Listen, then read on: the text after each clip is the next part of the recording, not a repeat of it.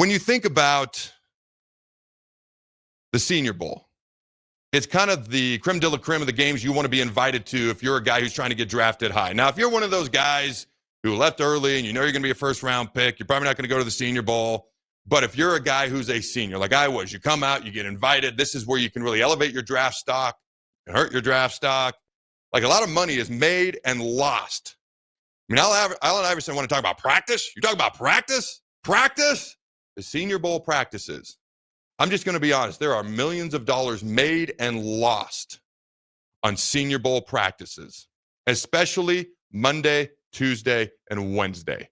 The game is A lot of scouts leave after Wednesday because you're not in pads Thursday. Friday isn't not much to it. You got the game the next day. People don't really care about the game that much. Scouts are gone after Wednesday. Monday, Tuesday, Wednesday. They want to see the one-on-one pass rush, offensive line, defensive line. There are so much money. There is so much money that is being made, that is being lost every time you do a one-on-one pass rush snap. One-on-ones with wide receivers, DBs. They want to see, can you beat a guy? Can you get open one-on-one? Something Nebraska struggled to do last year. All right, can you cover a guy one-on-one? If you're a DB that can cover the other team's best receiver one-on-one, that brings incredible value. If you're a receiver that can get open one-on-one, that obviously brings incredible value. So when you think about the guys that are there, Ty Robinson, Tommy Hill, Thomas Fidone.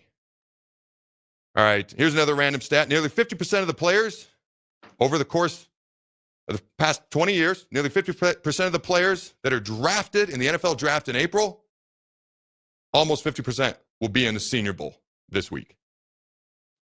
Now, Nash Hutmacher is at the East-West Shrine Bowl right now, and I'm not shocked at all. I saw a video of him doing a one-on-one pass rush, throwing an offensive lineman on his face. Didn't surprise me one bit.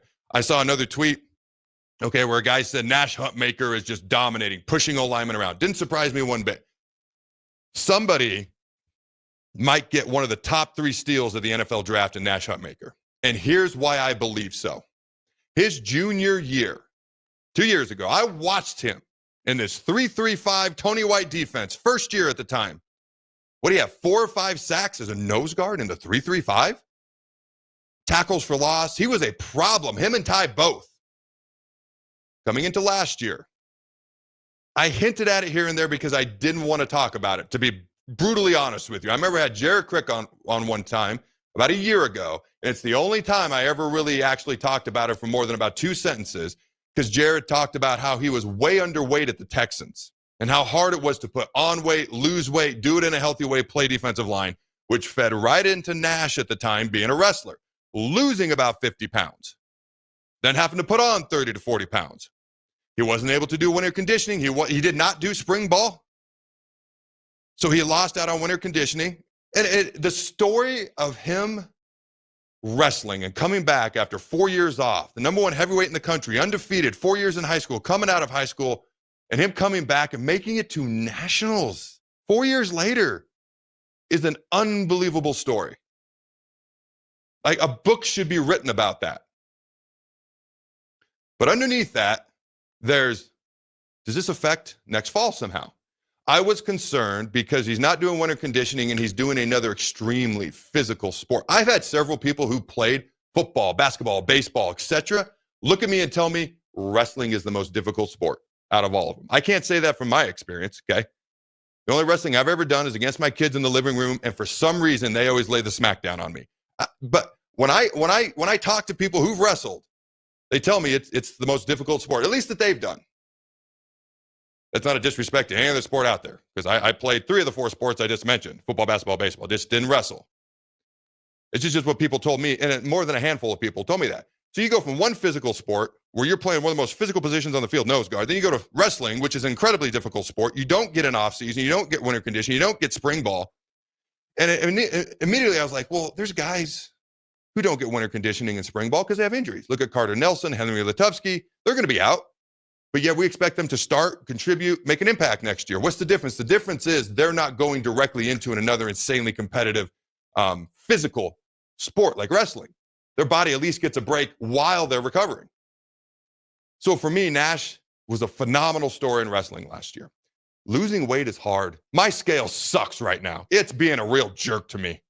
I don't say a whole lot on it. It's just being a raging jerk to me. I'm working hard and it just ain't cooperating. Now, there was a day last week where I finally lost a little bit of weight, and I chose to be a little bit kinder to it, but because I'm trying to lose about 20 pounds right now. It's hard to do. Most people don't know this. When I was done with the NFL, I was about 315. I got all the way down to 220 at one point. Okay. Then I got back up to 290. Here's what I'll tell you. Like exercising hard, eating healthy is effective, but you got to think about the mental state, because I let it come all the way back up to 290. Now I'm trying to get back down to 270. My point is you got to do it smart. You got to do it the right way, because a lot of times, like the Biggest Loser show isn't around anymore. If you ever watch that, because these people would lose like 100, 150 pounds. Then you'd see them like 2-3 years later, they weigh more. It's got to be a process, and it's got to be a lifestyle change rather than a short-term fad diet. But my point is simply this. Nash was going through a lot of challenges last year. All of them I expected, but I'm like, how's he going to play next fall? Last fall, he played fine. Like, he didn't play bad, but he did not progress upwards. You saw what happened when somebody progressed upwards from the year before, and that guy's name is Ty Robinson. Nash did not progress upwards. He played fine. I'm not bashing the guy. I love the wrestling story. I'm like, I don't know how hard wrestling is, but I've been told it's insanely hard. The weight loss is insanely challenging. I could talk about that. Putting on weight's incredibly easy for me. Losing the weight was hard. Doing it the right way, putting healthy weight on is more challenging. So my point is, I don't feel like Nash was able to play up to his full capabilities last year. Again, not knocking him. What he did was amazing. Should be a book written about it. I respect the hell out of it. But I was like, how's that going to affect him in the fall? Going into last fall. That was my whole question. When I didn't bring it up much, other than chatting with Jared Crick, because he talked about how hard how hard his time was with weight, being underweight with the Texans. He was 273 playing D tackle at one point in the league, he told me. That's crazy. But that's how challenging it can be. My point is this.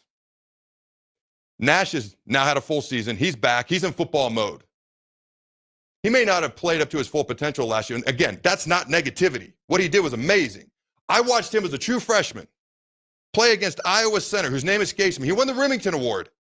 And I was like, we got a true freshman out on that field against the Remington Award winner? And I watched him, and he did just fine. I'm not going to say he won more battles than he lost, but when you think about the best center in America versus a true freshman, he did just fine. Like, that dude's talented. The day he walked in the locker room, he was one of the strongest guys on that team as a true freshman. My point is, I feel like he's now getting back to where he potentially could have been at one point. Maybe I'm wrong. And he's going to go underdrafted, and he's going to go in the NFL. And I predict he's going to be the steal or one of the top 3 steals of this draft. I hope that makes sense. I'm not knocking anybody. I'm trying to explain the challenges that he went through. And now that he's kind of back in the full swing, I'm telling you right now, I think he can be a steal in this draft. And he may even go undrafted, which is mind-blowing to me, because Ty Robinson's going to be a top 3 pick. And that dude's looking really good at the Senior Bowl, I might add. I don't know. Does that kind of make sense, Jake? Like, do you think he could be a steal in this draft? Because that is absolutely how I feel. And I felt the same way about Cam Jurgens. I'm like, once he figures out the snapping, the dude's a beast. Well, a Pro Bowl center going to the Super Bowl now. Does that make sense, Jake? Yeah, it does. I'm very fascinated to see where he lands, because I think that's the case too. I mean, you just don't have that many big body guys that can move like that. And I do think too, regardless of whether he has a lot of success, and I think we'll have success at the next level, I think we're going to look back and feel like we've taken Ty and Nash for granted. Now, hopefully that's not the case, but these top, these last 2 defenses, and maybe it'll just be connected to Tony White, but it shouldn't be, top 25 rushing defenses in the country. That's not just given, that's earned, and that's earned with tough guys up front.